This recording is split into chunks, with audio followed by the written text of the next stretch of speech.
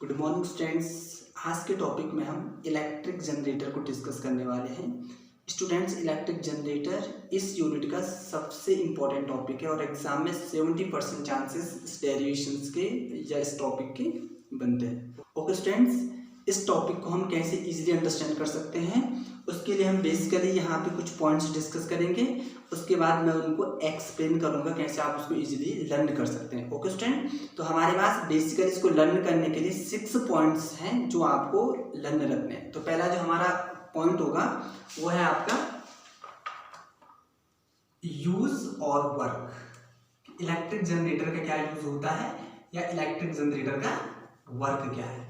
Okay student, तो पहला हमारा ये पॉइंट होगा। दूसरा जो हमारा पॉइंट होगा स्टूडेंट, सेकंड पॉइंट होगा स्टूडेंट्स इसका principle of electric generator.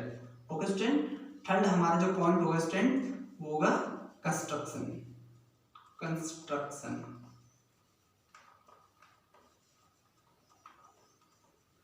Okay student, fourth हम डिस्कस करेंगे इसके वर्किंग के बारे में, वर्किंग ऑफ इलेक्ट्रिक जनरेटर। वैसे स्टूडेंट्स हमारा जो 5 पॉइंट होगा एक्सप्रेशन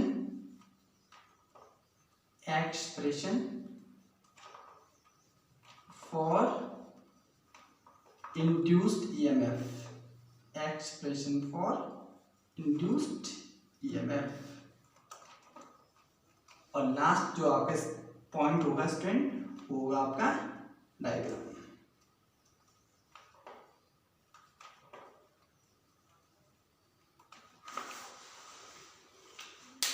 ओके स्टूडेंट्स, तो अगर हमें इस टॉपिक को अच्छे से लर्न करना है, इसमें अच्छे से मार्क्स गेन करने, तो हमें इन 6 पॉइंट्स को बेसिकली फोकस करना होगा। ओके स्टूडेंट, तो पहला हमारा पॉइंट है उसको डिस्कस करने वाले हैं। तो what is the first point? First point is work और use of the electric generator. Okay student, तो इसका यूज क्या होता है? इलेक्ट्रिक जनरेटर का यूज क्या है, क्या इसका वर्क होता है? एग्जाम में आ सकता है what is electric generator, what is the use of electric generator. तो स्टूडेंट, इसका जो यूज होता है, ये इसका यूज होता है इट कन्वर्ट्स मैकेनिकल एनर्जी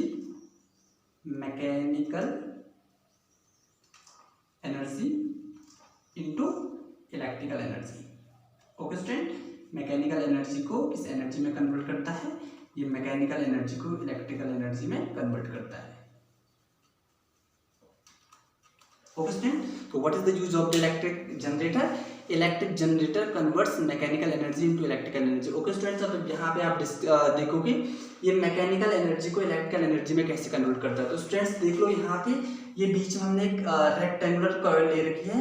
ये रेक्टेंगुलर कॉइल जैसे ही मोशन करेगा, ओके स्टूडेंट, जब ये रेक्टेंगुलर कॉइल घूमेगी तो इसके अंदर कौन सी एनर्जी आएगी? Mechanical energy. Mechanical energy students we know that it is the combination of potential energy and kinetic energy. Potential energy कहाँ से प्रोड्यूस हो रही है? क्योंकि ये अपनी पोजीशन को चेंज कर रहा है। देख लो अभी ये स्टूडेंट्स, ये अभी पैरेलल पोजीशन में था, जैसे ऐसा वर्टिकल हो जाता है इसकी पोजीशन में क्या आ गया? चेंज आ गया। तो पोजीशन में चेंज की वजह से कौन सी एनर्जी आती है? Potential energy. और साथ ही साथ वो आपका मोशन कर रहा है तो कौन सी एनर्जी आएगी? काइनेटिक एनर्जी आएगी। और potential energy plus kinetic energy आपका कौन सा एनर्जी हो जाता है? Mechanical energy.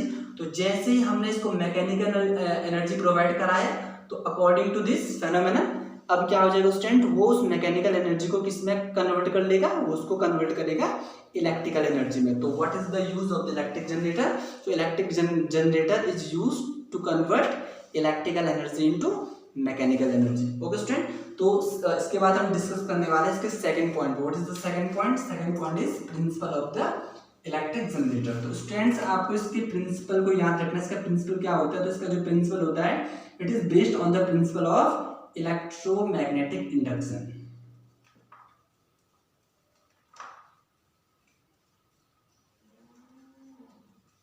ओके स्टूडेंट, ये आपका जो इलेक्ट्रिक जनरेटर है वो किसके प्रिंसिपल पे वर्क करता है? तो ये आपका वर्क करता है इलेक्ट्रोमैग्नेटिक इंडक्शन के प्रिंसिपल। और इलेक्ट्रोमैग्नेटिक इंडक्शन को हमने ऑलरेडी पहले से डिस्कस किया हुआ है। इसका प्रिंसिपल क्या होता है कि जब हम किसी भी कॉइल को, ये हमारे पास कोई कॉइल है, किसी चेंजिंग मैग्नेटिक फील्ड के बिटवीन रखते हैं तो उसमें स्टूडेंट क्या हो जाता है? इंड्यूस्ड ईएमएफ और इंड्यूस्ड करंट प्रोड्यूस हो जाती है। तो what is the principle of this?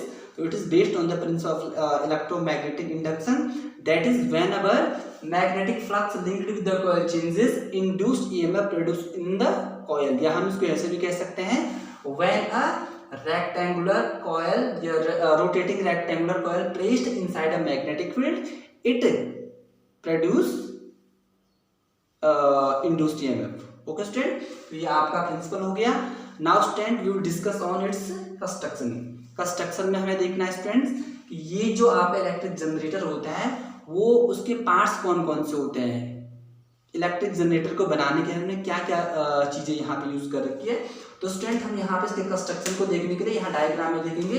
हमारे पास जो फर्स्ट पार्ट होता है ये बीच में आप देखेंगे स्टूडेंट, ये आपका हो जाएगा आर्मेचर। ओके स्टूडेंट, तो हमारे कंस्ट्रक्शन में जो फर्स्ट पार्ट होगा स्टूडेंट वो आर्मेचर होगा। आर्मेचर का यूज क्या होता है स्टूडेंट? तो आर्मेचर आपका एक रोटेटिंग कॉइल होती है जो आपका सॉफ्ट आयरन कोर से बनी होती है और इसके बाहर से क्या होते हैं कॉपर वायर के टन्स होते हैं। ओके स्टूडेंट, यहाँ पे सॉफ्ट आयरन हम इसलिए यूज करते हैं कि जिससे इसका मैग्नेटिक फ्लक्स क्या हो सके, इंक्रीज हो सके। ओके स्टूडेंट, तो हमारा ये फर्स्ट जो पार्ट है यहाँ पे इसका इलेक्ट्रिक जनरेटर को वो आपका हो जाएगा आर्मेचर, और आर्मेचर बेसिकली रोटेटिंग कॉइल होती है। इसके बाद जो हमारा सेकंड पॉइंट होगा, सॉरी जो सेकंड पार्ट होगा कंस्ट्रक्शन का वो होगा आपका फील्ड मैग्नेट।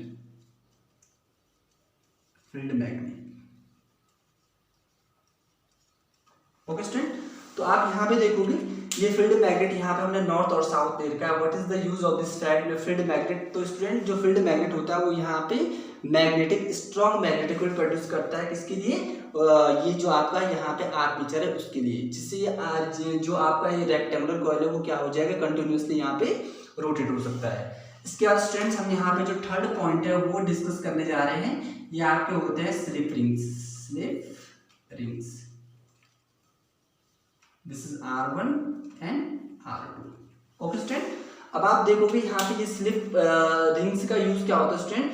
तो जैसे ही हमारा ये रेक्टेंगुलर को रोटेट करेगा तो उसके साथ साथ ये आपके जो स्लिप रिंग्स होते हैं ये भी क्या करने लगते हैं स्टूडेंट्स, ये घूमने लगते हैं। तो it provides a movable contact to this rectangular coil. जैसे ये रेक्टेंगुलर कॉइल घूमेगा तो स्टूडेंट साथ ही साथ ये आपके जो स्लिप रिंग्स होते हैं वो भी घूमते हैं, जिससे हमारा जो करंट जो यहाँ से प्रोड्यूस होगा वो आपका इजीली क्या हो सकता है, यहाँ फ्लो हो सकता है। इसमें जो हमारे बाहर आउटर सर्किट होगा जहाँ हमें इलेक्ट्रिसिटी प्रोवाइड करानी है। ओके स्टूडेंट, तो ये हमें मूवेबल कॉन्टैक्ट प्रोड्यूस कराता है, कौन से? जो आपके स्लिप रिंग होते हैं। इसके बाद स्टूडेंट्स जो हमारे नेक्स्ट पॉइंट होगा कंस्ट्रक्शन का होगा आपका ब्रशेस। ओके स्टूडेंट, तो ब्रशेस बेसिकली यहाँ पे कार्बन से बने होते हैं। स्टूडेंट्स इन कार्बन ब्रशेस का यूज क्या होता है? तो स्टूडेंट जैसे ही ये करंट यहाँ पे स्लिप रिंग तक पहुंचेगी तो जो कार्बन ब्रशेस होते हैं ये आपको क्या करेंगे, उस करंट को सप्लाई करते हैं। तो what is the use of carbon brushes? Supplies the current from rectangular coil to the external circuit. जो एक्सटर्नल सर्किट जैसे हमने यहाँ पे एक बल्ब ले रखा है तो इस बल्ब में करंट को क्या कराएंगे, ये सप्लाई कराएंगे। Okay students, now we will discuss on working of the electric generator. तो स्टूडेंट्स इसको डिस्कस करने के लिए मैं यहाँ पे एक बुक की हेल्प ले रहा हूँ। कैसे हम इसको डिस्कस करेंगे? तो स्टूडेंट्स आप देखोगे यहाँ पे ये हमने मैग्नेटिक फील्ड ले रखा है। मैग्नेटिक फील्ड की जो डायरेक्शन है वो देख लो नॉर्थ से साउथ, ये आपकी ऐसे सीधे पैरेलल में जाएगा, वर्टिकल डायरेक्शन में हो जाएगा। ये प्लेन हमने यहाँ बीच में ले रखा है। प्लेन का जो नॉर्मल होगा वो इस तरह से परपेंडिकुलर हो जाएगा। तो स्टूडेंट्स आप यहाँ पे देखोगे जो हमारा मैग्नेटिक फील्ड और जो आपका ये प्लेन का नॉर्मल है उनके बीच की डायरेक्शन क्या हो गई, 90 डिग्री परपेंडिकुलर। और जैसे ही ये दोनों एक दूसरे के परपेंडिकुलर हो जाएंगे वैसे इस पे क्या हो जाएगा, एक फोर्स लग जाएगा। और जैसे ये फोर्स लगेगा ये आपका रेक्टेंगुलर कॉइल क्या करने लगेगा स्टूडेंट्स, वो रोटेट करने लगेगा, ये इस तरह से रोटेट करेगा। ओके स्टूडेंट, अब आपने पढ़ा है कि जब किसी भी कॉयल से लिंक्ड मैग्नेटिक फ्लक्स में क्या आता है, चेंज आता है, तो उस कॉयल में क्या हो जाता है स्टूडेंट्स, इंड्यूस्ड ईएमएफ और इंड्यूस्ड करंट प्रोड्यूस हो जाती है। वेरी सिंपल स्टूडेंट्स, यहाँ पे देख लो कैसे इसके मैग्नेटिक फ्लक्स में चेंज आएगा। तो अभी आप देखोगे जैसे ये कॉयल इस वाली पोजीशन में है तो कितनी मैग्नेटिक फील्ड लाइन से कनेक्ट होंगी, ज्यादा से ज्यादा आपको 2, 3, 4, 5 हो सकती है। अब जैसे हम इसको रोटेट कराएंगे, देख लो स्टूडेंट्स, अब ज्यादा फील्ड लाइंस इससे क्रॉस करेंगे, ये इस तरह से देख लो, फिर ये देख लो यहाँ से डिक्रीज हो रहा है, तो मैग्नेटिक फ्लक्स में देख लो स्टूडेंट्स कंटिन्यूसली क्या आ रहा है, चेंज आ रहा है। और जैसे मैग्नेटिक फ्लक्स में क्या आएगा, चेंज आएगा, इस कॉइल में इंड्यूस्ड ईएमएफ प्रोड्यूस हो जाएगा। यहाँ से आपका जो इंड्यूस्ड ईएमएफ होगा ये इस रिंग से होते हुए आपका कार्बन ब्रशेस तक आएगा, और कार्बन ब्रशेस के बाद यहाँ पे हमने एक एक्सटर्नल सर्किट में बल्ब ले रखा है, तो हमें ये जो करंट हो जाएगा वो कहाँ मिल जाएगा, इस एक्सटर्नल सर्किट में मिल जाएगा। ओके स्टूडेंट, और यहाँ पे देख लो स्टूडेंट्स, ये जो हम यहाँ पे करंट की डायरेक्शन का पता लगाते हैं, तो करंट की डायरेक्शन का पता लगाने के लिए हमने क्लास 10th में एक फॉर्मूला पढ़ा था, सॉरी एक लॉ पढ़ा था, फ्लेमिंग राइट हैंड रूल। और लास्ट हम देखेंगे स्टूडेंट्स यहाँ पे एक्सप्रेशन फॉर इंड्यूस्ड ईएमएफ। ये देखो स्टूडेंट्स, आपको पता है कि इंड्यूस्ड ईएमएफ का जो फॉर्मूला होता है वो होता है according to the Faraday laws, E is equal to the minus d∅/dt। Okay student, what is the formula of induced EMF, E is equal to the minus d∅/dt। अब students अगर हमें E फाइंड करना तो उसके लिए हमें students क्या पता होना चाहिए, फाई पता होना चाहिए। तो पहला जो हमारा स्टेप होगा फाई ही होगा। ओके स्टूडेंट, तो फाई निकालने से पहले एक चीज हम यहाँ पे और डिस्कस करने वाले हैं, तो हम डिस्कस करने वाले हैं सबसे पहले यहाँ पे theta. Okay student, what is theta, theta is the angle between magnetic field and normal of the rectangular coil, उनके बीच का वो एंगल होता है जिसको हम बेसिकली एंगुलर डिस्प्लेसमेंट भी कहते हैं। तो स्टूडेंट्स हमें एंगुलर डिस्प्लेसमेंट का फॉर्मूला पता है, theta is equal to the आपका जो फॉर्मूला होता है आपका omega into T.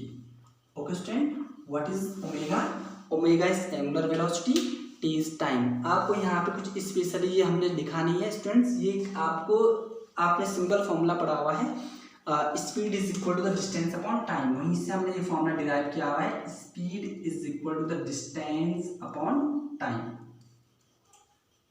Okay student, तो देख लो आप यहाँ से speed in place of speed यहाँ पर हमने क्या ले रखा है, वेलोसिटी ले रखी है, तो velocity is equal to the आपका जो फॉर्मूला बन जाएगा वो बन जाएगा आपका velocity is equal to the distance upon time.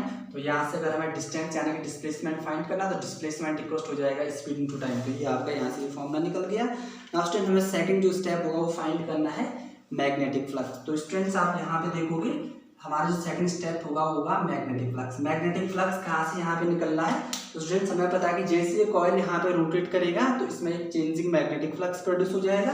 तो we can see that magnetic flux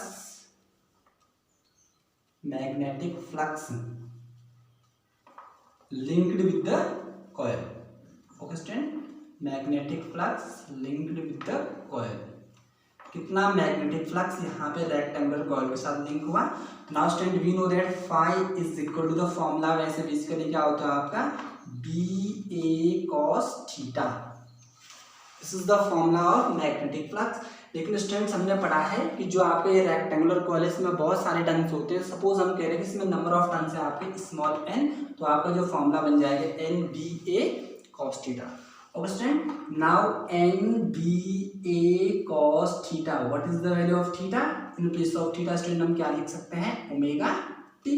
तो now N B A cos omega t, ये आपका स्टूडेंट हो गया 5। This is equation number 2। Okay student, now will find E. तो हमें निकालना है इंड्यूस्ड ईएमएफ। तो देख लो स्टूडेंट इंड्यूस्ड ईएमएफ, तो स्टूडेंट्स हमें पता है इंड्यूस्ड ईएमएफ का जो फॉर्मूला होता है E is equal to the minus में यहाँ पे नेगलेक्ट कर रहे हैं तो d phi upon d t.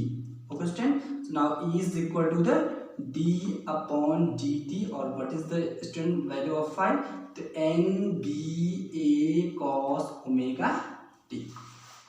Okay student, now d upon d t student this is the symbol of differentiation. Differentiation हम किसके रिस्पेक्ट में कर रहे हैं, हम इसको कर रहे हैं टाइम के रिस्पेक्ट में। तो केवल हमें टाइम वाले को यहाँ पे डिफ्रेंशिएट करना, बाकी जो और वैल्यूज है वो आगे ले आएंगे। तो एन बी स्टूडेंट हम आगे ले आए और यहाँ पे आप हो जाएगा D by D T of cos omega t. Okay student, now D by D T of cos omega T, इसका जो डिफ्रेंशिएशन होता है स्टूडेंट वो होता है आपका omega into sine omega t. Okay student, minus इसके आगे माइनस ही आएगा आपका। ओके स्टूडेंट, तो यहाँ से आप देखोगे E is equal to the NBA और इन प्लेस ऑफ दिस यहाँ से हम ये वैल्यू रख सकते हैं, तो ये आपका हो जाएगा minus omega sine omega t. Okay student, तो E is equal to the ये आपका हो जाएगा minus NBA omega sine omega t. Now E is equal to the, अब ये जो सारा कांस्टेंट है इसको हम बेसिकली इसकी जगह पे हम लिखेंगे student E naught sine omega T, और माइनस यहाँ पे पहले से था स्टूडेंट, एक माइनस यहाँ पे आ गया, तो माइनस माइनस आपका प्लस हो जाएगा, तो हो जाएगा E is equal to the E naught sine omega t. Okay student, so this is the formula of induced EMF। Okay student.